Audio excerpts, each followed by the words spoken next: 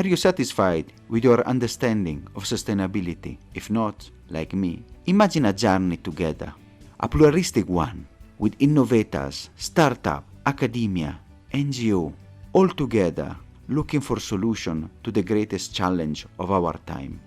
I'm Samuele Tini, and this is the Sustainability Journey. Welcome to another episode, and today we are going to discuss the milk value chain, B Corporation, and how to foster sustainability in emerging market. And we do with a leader investment, somebody that has successfully been at the helm of many companies in Kenya and in any other markets. We do with Joachim Westerveld, the CEO of Biofood. Joachim, thank you so much for being here with us today. Thank you, Sam. Lovely to be here. Joachim, you have an impressive career. You have been investing in the emerging market, fostering sustainability, and now bio, I think, is the jewel of the crown, we can call it like this, of your work. But before that, the question for our audience, who is Joachim? What is your sustainability journey? I'm a Dutch entrepreneur. I'm 49 years old. I think there's two parts to it. There's entrepreneurship in emerging markets and there's sustainability. So my business partner and I, starting with the entrepreneurial journey, my business partner and I, we met in university.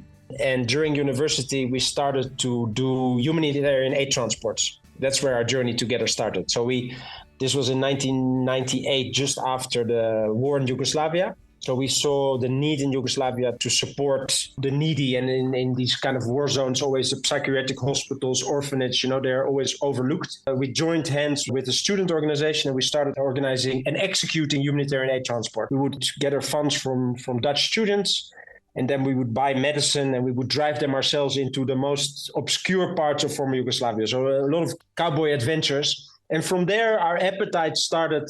We went into this whole world of aid. So my business partner, after he's finished his studies, he went to Chechnya, and I went first to Sudan, Khartoum, and then I went to live in Eritrea, which then just got out of the war with Ethiopia, which one of the poorest countries in the world. We spent about 2 years out on our tour of duty. And when we came back to the Netherlands, we actually said, look, this aid is one thing, but aid is helping, but it's not really changing things. And so we said to ourselves, how can we actually drive change and how can we drive real progress? And we said, building small, medium, and large enterprises is actually what drives economies and what drives wealth, and wealth drives education, and education drives progress. And it makes, if you create jobs, if you bring new innovative things to markets, you actually help these markets to progress, and you make sure that you create jobs and that people can send their kids to school, keep them healthy, et cetera, et cetera. So that's actually when the idea for our company, which is called the Blue Link, started. And from there, we just did the weirdest things. Our first company and we still own it actually, was a company in Pakistan. We started a company that was bringing bull semen to Pakistan, so basically to help the Pakistani farmers to uplift their breeds.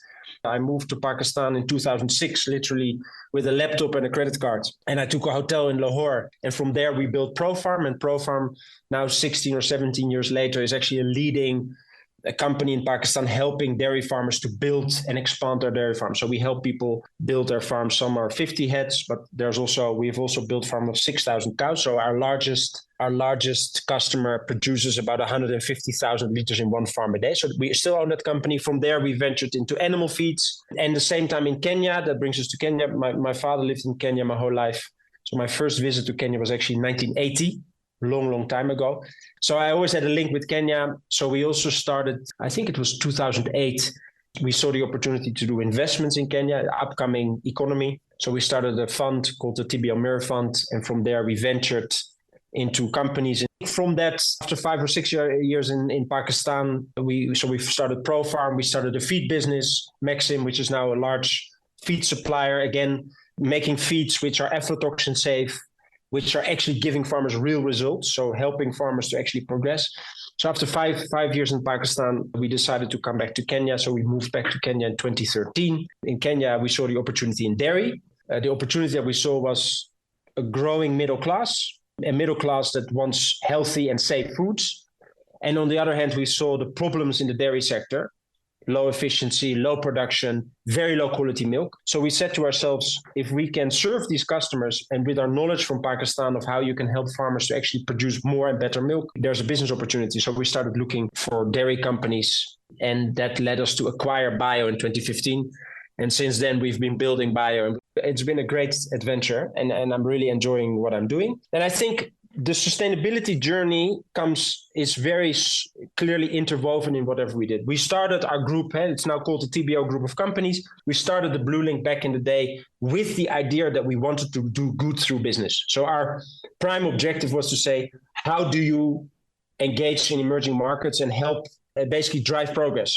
From the onset, people and planet have been very core to our strategy. So whenever we venture into a market, we want to do something new, something innovative. So we never want to just copy what others are doing because it's working. No, we want to bring something new. And we are very focused on, when we do it, that we are putting people, planet, and profit at the same level. Because we believe, for two reasons, I think, first of all, we believe it's the right thing to do.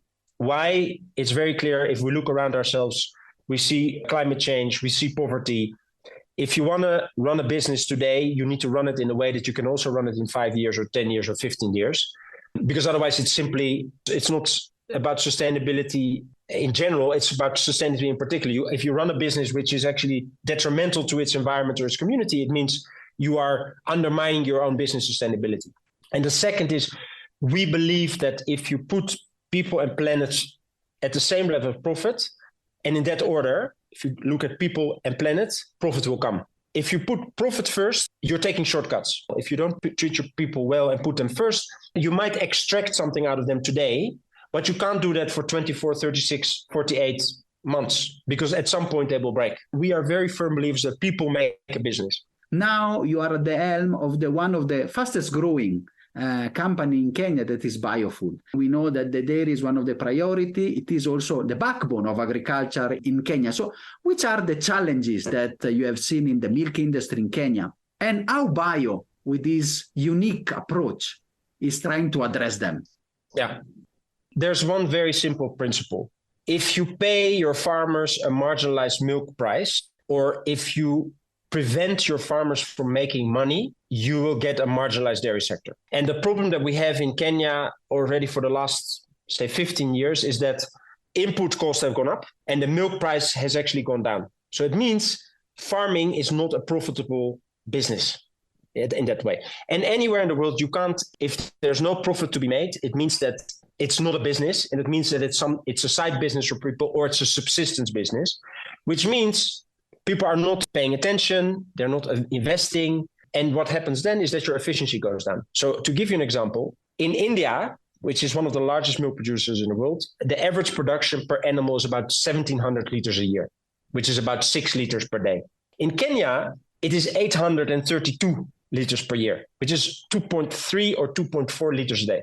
Now, in that number lie a lot of issues. First of all, it means the farmer is not profitable, because a cow needs to eat first before she produces milk. So it means you're spending money to keep her alive, and then you get a very small quantity of milk, which means you can't make money. The second is, you can imagine Kenya is the largest milk producer in Africa.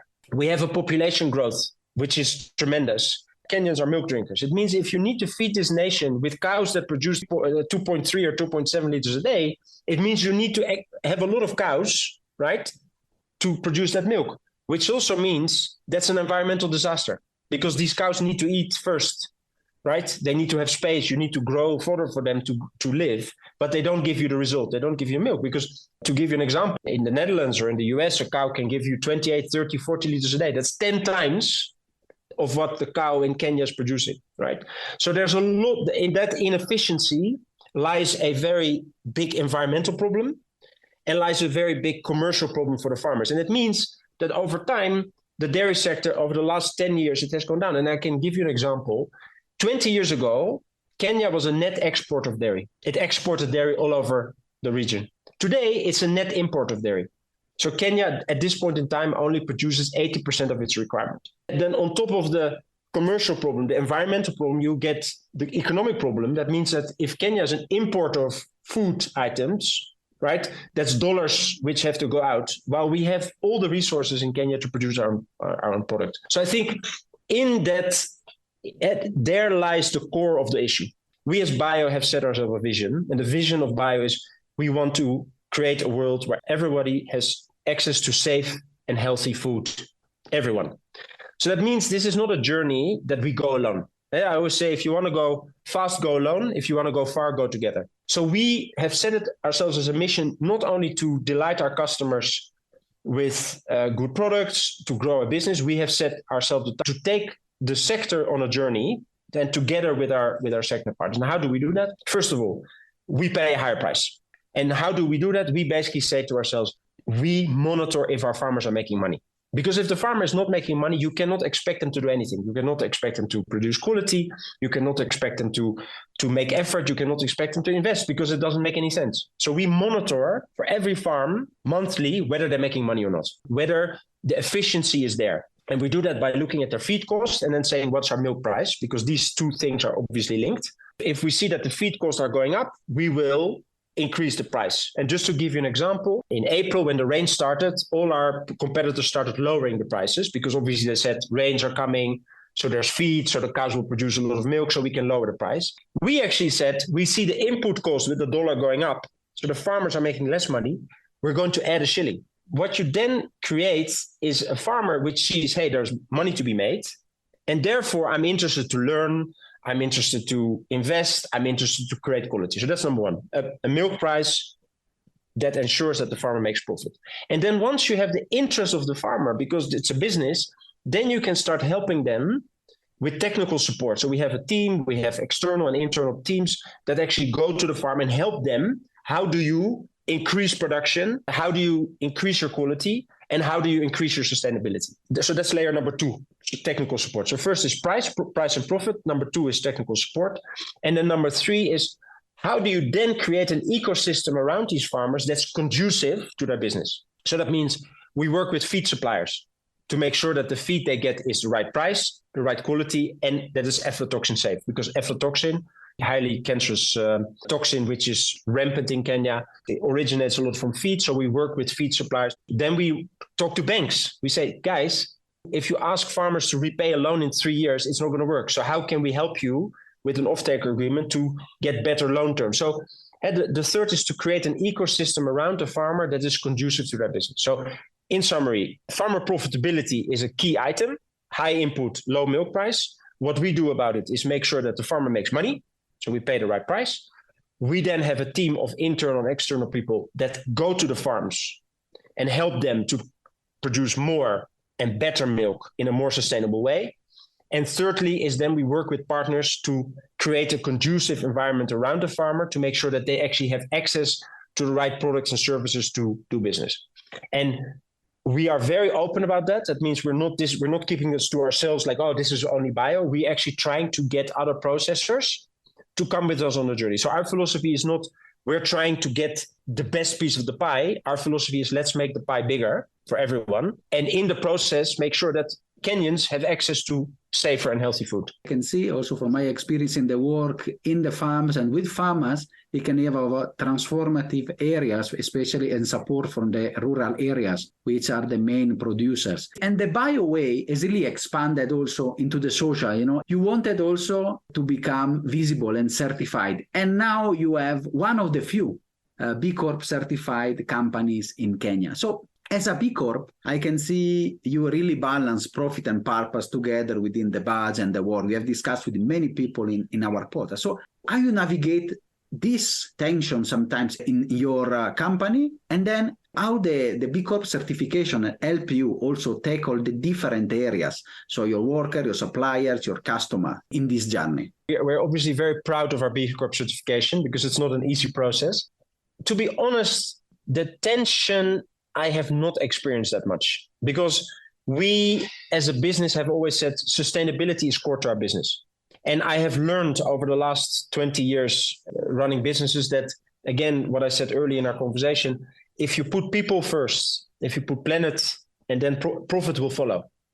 So once you have that confidence that it works that way, investing in people or making the right decision for the planet becomes much easier, because the tension is there if you're always counting money first, and then you say, okay, is there something left to do something which might be right? Our philosophy is different. We first do what is right, and we believe that profit will follow. And my experience over the last 20 years is that I'm very proud that together with our great people in Pakistan, our great people in Kenya, we have built some very robust profitable, fast-growing, and sustainable businesses by putting people, planet, and profit in that order. And it means if you look at trucks, and sometimes you make mistakes. Let's be honest. Sometimes somebody makes a decision in the short term, and then you end up with, for instance, trucks which are not sustainable. Their fuel consumption is not very good, but they're also not durable, right? So now in every decision we make, in our procurement decisions, in our investment decisions, we always say what is the right thing to do for people and what's the right thing to do for planet. And if it costs a little bit more, let's do it, because it will pay itself back many times over. And that's my experience. So that tension, I think, is a tension if you put money, if you secretly in the back of your mind put money at the front, it becomes a tension. But if you understand how profit in the end of the day is generated, profit is purely a measure of the things you do. It should never be the thing you do, because if it's a thing you do, you have a very short-term business. You make very short-term decisions, you will not have a durable business. So that's the way we look at it, and that's the way that has brought us to where we are today. B Corp, it's interesting for us to tell you a little bit about our journey of certification, is because sustainability was core to our business. We did a lot of things and we thought we were doing good. You pat yourself on the shoulders. We're sustainable. We're making all these good decisions. So at one point we said to ourselves, but are we really doing, just not for the world, but for ourselves, as a scorecard, to see all these nice things that we think are nice, are they really nice? So we learned in that process by doing a CO2 footprint, by doing a people assessment, etc. We learned actually there's things that we didn't know were better to do, and there was other things that are not as important. It was all about our own accountability. And then once we had that report, we started sharing it, and the whole world started saying, okay, that's great, bio is being sustainable. But it was actually for ourselves. As a business, we believe what you measure, you improve. So we wanted to measure ourselves. So for instance, we do a CO2 footprint, and the previous years, we wanted to make sure that our CO2 emission per kg of product went down. We're now going to move to a much more bold place where we want to say we want to bring our absolute CO2 footprint down. It means we're not going to make it relative to growth. We're just going to say, as a business, we want to bring our CO2 footprint down in absolute terms. And then we offset the rest to be carbon neutral. So then we learned a lot and we started to do things better. So we moved to solar as a business. We recycle about 60,000 liters of water per day. We moved, for instance, to livable wage. So to give you an example, Sam, in Nairobi, the minimum wage in manufacturing is 23,000 shillings. Now, if you ask any person living in Nairobi if they can rent a house, have food, have healthcare, send our kids to school and have some money in the bank for a rainy day on 23,000 shillings, they will say, no way, it's not possible, it's too low. So we said to ourselves, now, if we believe that our people are so important to us, but we're paying them a wage of which we know they cannot make ends meet in Nairobi, is that sustainable? It's not. You can't expect people to show up at work every day, give everything, if you're not giving them the prerequisite to have a balanced life. So we moved in that process to livable wage, which is 32,400 and something. So that's almost 10,000 shillings gross more than the minimum wage for all our employees. So at Bio, you will not find anybody below that amount because we believed it was the right thing to do. And what do you get in return? Motivate, get a much better team. So these were all kinds of things we learned from our sustainability reporting. Then we said, now, if we're leading in terms of sustainability, how are we doing on the global standard? So we said, what is the highest, and this again for ourselves, not for the world, not as a marketing tool, but purely as putting the bar for ourselves higher. So we said to ourselves, what is the highest global certification in sustainability? And B Corp was the one. Patagonia is B Corp, Danone is B Corp. There's some very major companies in the world that are B Corps. And B Corps basically means that you have been certified to put people, planet, and profit at the same level, at the core of every decision you make. So that journey started about 2.5 years ago. They turned us upside down. They audited us. We were scored and blah, blah, I don't know what. And finally, we were B Corp certified. And I think we're the first food manufacturer in Kenya that's B Corp certified. I think we're the third dairy processor in Africa that's B Corp certified. We're the fourth food manufacturer in Africa that's B Corp certified. And I think we're the 73rd or 74th dairy in the world that's B Corp certified. So we're really proud to have moved into that very small group of companies that have actually been certified B Corp. And if you ask me the question, what has it done for us? The main thing, it keeps us honest. And it helps us to operate within a framework where we're not telling ourselves, oh, we're great, oh, good, biosustainable. No, we want to make sure that somebody from the outside helps us to keep sharp, because we believe if you make sure that you operate within a framework, it means you're also not telling yourself stories, but you're actually doing the right thing. And then, of course, on the side, marketing people, it's a recognition, but it's mainly driven from our own very deep intrinsic desire as a business to bring sustainability totally to the core of our business. And I can tell you, the results for us as a business are unbelievable.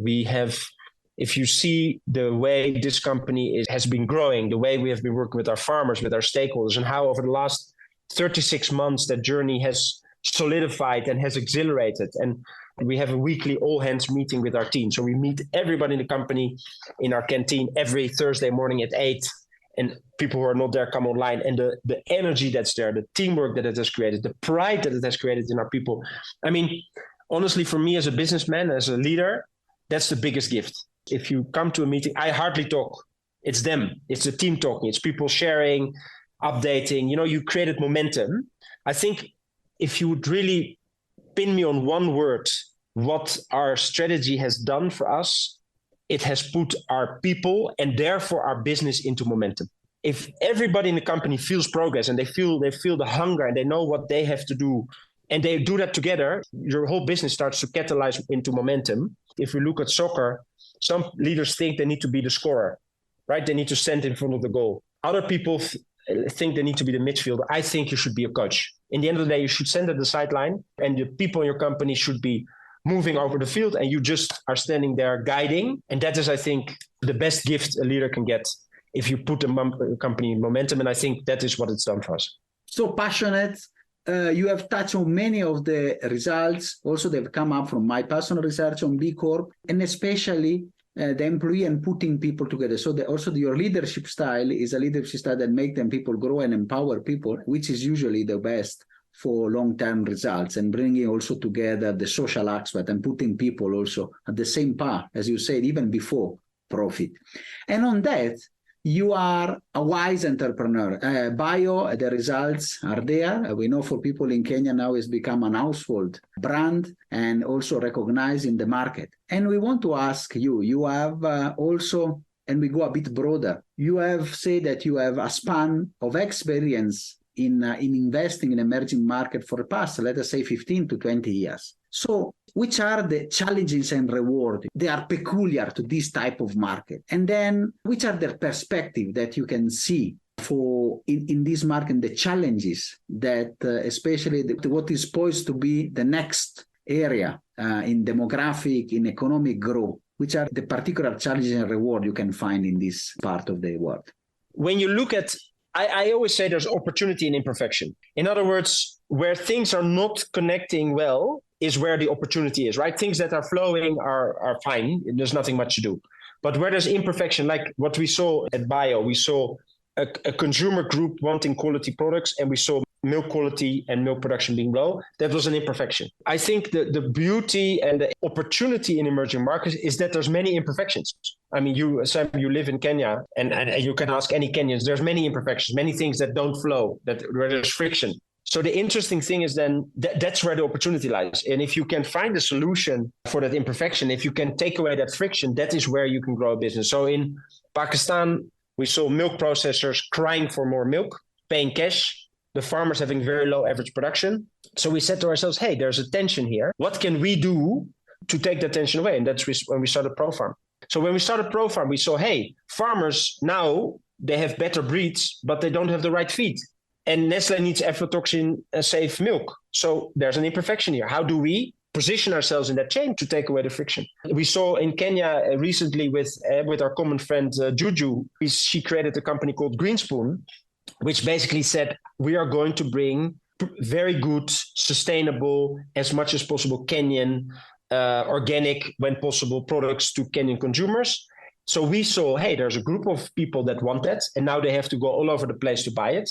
What if we curate it in one place and make it very convenient for them to get it? And the results are amazing because we have been able to connect a group of people that have a certain desire to producers. And we're actually bringing a lot of small producers, organic producers that would never otherwise find a route to market. It's like you can look at an emerging market in two ways. You can say, it's terrible, there's so much problems. Or you can say, it's great because there's so much problems. right?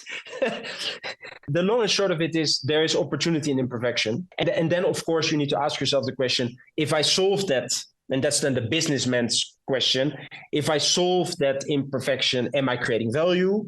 Is it enough value for what I do? And can I scale it? And there's always the question of scalability. So there's many things that will pass by. You say, fine, I can solve it, but I can't make money out of it and I can't grow it, right? But if you see, there's also opportunities where you say, I can solve it, I can make money of it, and I can scale it up. If you would ask me to summarize the answer to your question is, there's opportunity in imperfection, look for the friction. When you look for the friction, ask yourself the question, A, can I solve it? B, do I make money while solving it?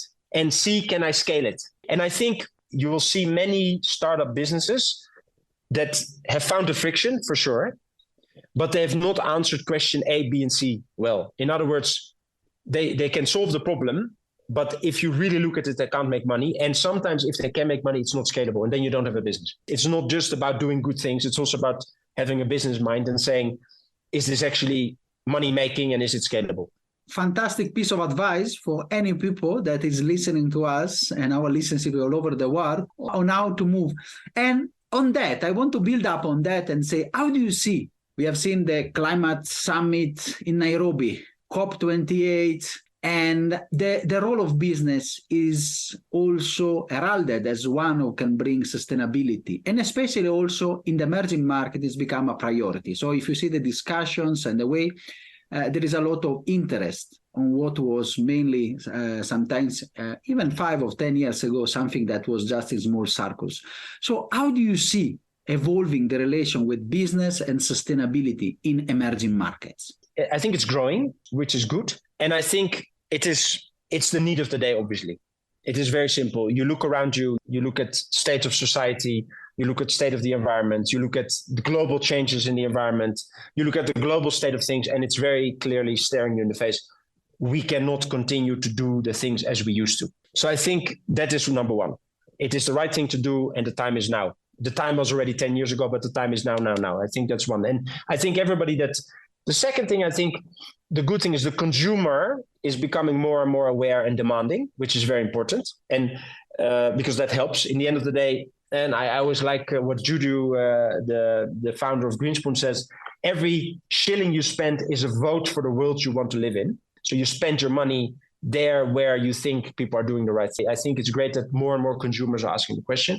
And I think what I see is that businesses are becoming more proactive in terms of demanding and coordinating with government, et cetera, to ask for the business environment that's conducive towards sustainability. And I think that is a journey that we as Bio and that we as Greenspoon and our other companies, we try to bring other businesses along to make sure that we actually drive for a business environment that's conducive towards sustainability. To give you an example, if today as Greenspoon, we want to move to electric vehicles, if today I bring an electric vehicle, an electric van to Kenya, by the time I have it in my premises, I'm paying 5.5 million shillings. If I bring that same van, but then in petrol from Japan, it's 1.4 million shillings.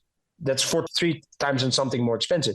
So we as a business now are coordinating with government saying, guys, that does not make sense. Let us make sure that it becomes cheaper to do electric in Kenya than it's petrol, right? So it's a lot of, and I think that's a very positive vibe. And I think business has a very important role to play, because I think in the end of the day, governments are voted by the people and supported by business. So what we need to make sure is that voters vote in the right way and that businesses do what's right to drive government to make sure there's a conducive business environment. But I think we're moving in the right direction. But we need to go faster, obviously. And I think we as Bio and we as a group try to be very vocal. And again, if you want to go fast, go alone. If you want to go far, go together. So we're trying to pull as many businesses with us so that we create a momentum and together we create positive momentum. It's really important, the policy and advocacy, especially for business, on how to change rules and how to enable investment in the green energy and support that. It's really important, and it's really especially important how to scale and support businesses like yours and others, which they are doing good and doing good for the planet and people and for the overall economy. And the subsequent question is really, you said, if you go alone, you don't go very fast. And if you want to go together, you go slower, but then you have a solid growth. Where do you want to go with Bio and your whole companies? Which is your vision in the midterm? We as Bio, as I said before, our vision is to make sure or to create a world where everybody has access to safe and healthy food now and in the future. And now and in the future is obviously the sustainability journey. The business has its own momentum and the business is growing very fast. And that's very exciting because it means we are creating employment, we're creating wealth, we're creating profitable and happy farmers, and we are serving happy and satisfied and healthy consumers. Because in the end of the day, Bio connects happy farmers to happy customers. That's our job. Our aim is to grow that. Our aim is to take other people along in that journey. And our vision is to take that as far as we can and to always stay close to and true to our principle, people, planet, and then profit. And for me personally, to bring it to circle back to me personally, I think you always need to be I call it leading at the speed of growth. A leader always needs to ask themselves the question, am I still the right person to lead the business? Because you have a certain skill set, your business evolves. As long as I'm enjoying what I'm doing, and as long as we are enjoying what we're doing, and as long as we feel that we are, and me personally, I can add value to the team, I will be leading it. But there can also be a time when somebody else has to take over because the business is not me. The business is the people and the business is the momentum. So in short, our vision is to grow and help farmers to prosper, make sure that there's access to health and safe food now and in the future, to build our business, to build the livelihoods of our people, and to create a beautiful business. In the end, it's just a lot of fun to create a beautiful business with a beautiful team. And for me personally, I will keep on assessing. Basically, a leader should make himself or herself obsolete. So there will, of course, be a day that somebody else can do better. It's a wonderful also case study on how, B Corp certification and align people, profit, and planet. And as you say, profit come last. It's really make you transform an industry which seems to be like on the deathbed, as you said, and was declining, and really transform and unlock a movement also of other businesses into sustainability. And on that, you have now a wonderful wealth of experience spanning all over. So many people, they maybe want to ask, as we approach the end of the episode, we want to ask, Joachim, which are some tips or insights that you want to share with us if we want to start a journey like yours from the cowboy days, jump in Bosnia or Croatia, up to now in the emerging markets of Africa? Yes. My main tip would be curious. And I believe if you know better what you don't know than what you do know, you are learning. If you're curious and you're humble and you're intrinsically interested, you will find opportunity. Then we go back to there's opportunity in imperfection. But before anything, you need to be curious. If I don't see you being curious and curious to learn the things that you don't know, you're on standstill. People that know what they know, they can't learn anything. They're just perfect. I'm perfect. I know everything. But people that know what they don't know and are intrinsically curious to learn, I'm interested. I want to understand. I want to understand why, how it's working, not because I'm intrinsically curious.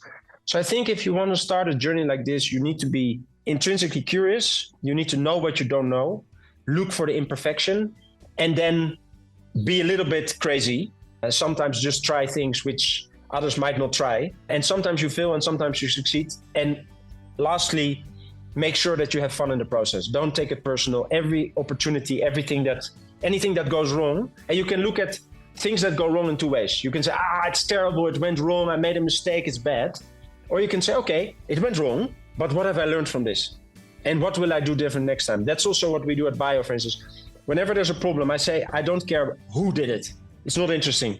It's interesting what happened, why did it happen, how did it happen, and what do we learn from it? Because then you create a growing organization. So I think that's also for people intrinsically, dare to make mistakes. Don't blame yourself. Don't beat yourself down on it, but just ask yourself, what happened? Why did it happen? How did it happen? And what did I learn from it? Fantastic piece of advice, Joachim, and food for thoughts. And for somebody now to start learning, go back and really understand and be curious in their journey. So I'm really grateful for this wonderful case and wonderful lesson that you have given us and shared your insights and experience. It has been a pleasure and honor hosting you in our podcast. Thank you so much, Joachim. Thank you so much, Sam. It was great to be here, and thank you for the great questions. It's always nice to reflect on things, and I hope that the listeners have taken something out of it.